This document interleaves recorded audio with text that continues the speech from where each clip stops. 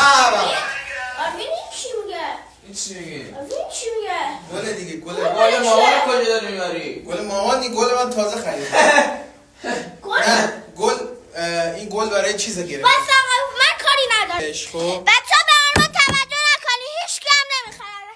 بگو این من چیه؟ بابا واسه یه لحظه واسه داد بزن. یا میگی یا آرمان خودت میدونی.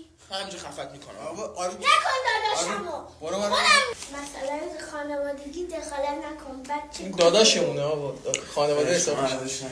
آره بیا منظور نداری. آره آرمان یا میگی یا مال کیه یا بابا میگی مال علیه. تولد علیه. خب این گلو چیکار داری؟ روانی. یا میگی یا آره مشکوک میزنی. مشکوکی چی؟ دیر میاد زورا زود میاد ببخشید قاطی کردم شبا دیر میاد زورا زود میری آقا موت داری چه؟ چیه اون ماهای اون مرتب نه اون کیه؟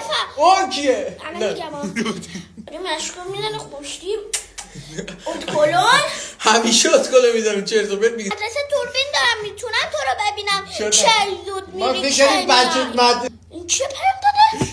این چه پیام داده؟ اولا بده آقا ساکت الان بیافته نه باشه تو یه بار واسه خواهر 8 ساله حتی کوچیکم بودم انقدری بودم اندازه نخور بودم گل واسه من نگرفتی تو از اول درشت بودی آقا